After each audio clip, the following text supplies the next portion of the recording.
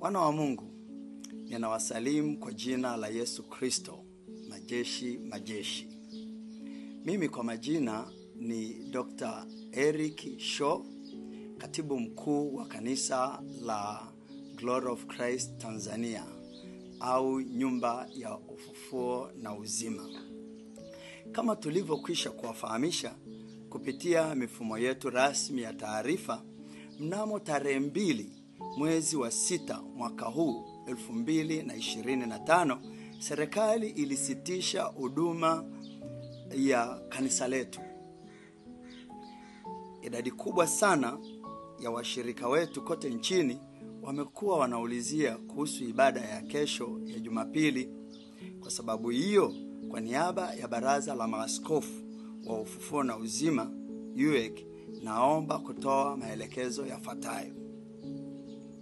Siku ya Jumapili ya kesho, tarehe 8 mwezi wa 6 mwaka 2025, hapata kuwa na ibada kwenye makanisa yetu yote ya Glory of Christ Tanzania yaliyoko Tanzania.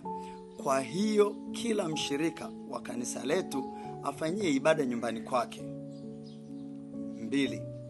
Ninafahamu kwamba kwa mujibu wa ratiba ya kanisa letu kuna mambo mengi yalitakiwa kufanyika siku ya kesho, kama kufunga ndoa, ubatizo, ibada za meza ya Bwana, ibada za kubariki watoto na kadhalika.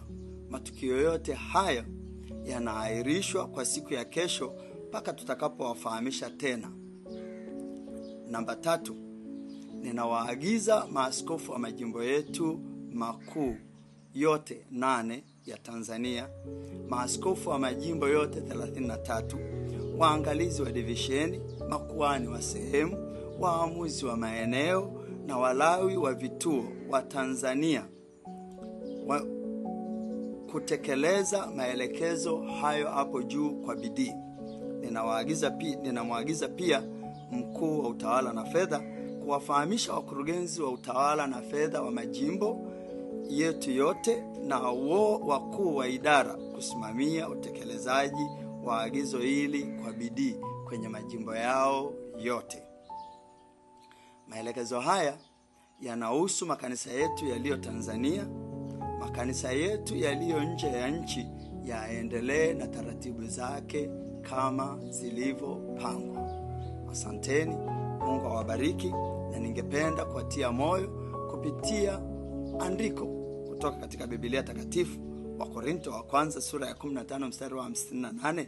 Maandiko matakatifu yanasema, ndugu zangu wapendwa, muimarike, msitikisike, mkazidi sana kutenda kazi ya Bwana siku zote, kwa kuwa mwajua ya kwamba taabu yenu sio bure katika Bwana. Asanteni, naomba maagizo hayo yazingatiwe kwa bidii.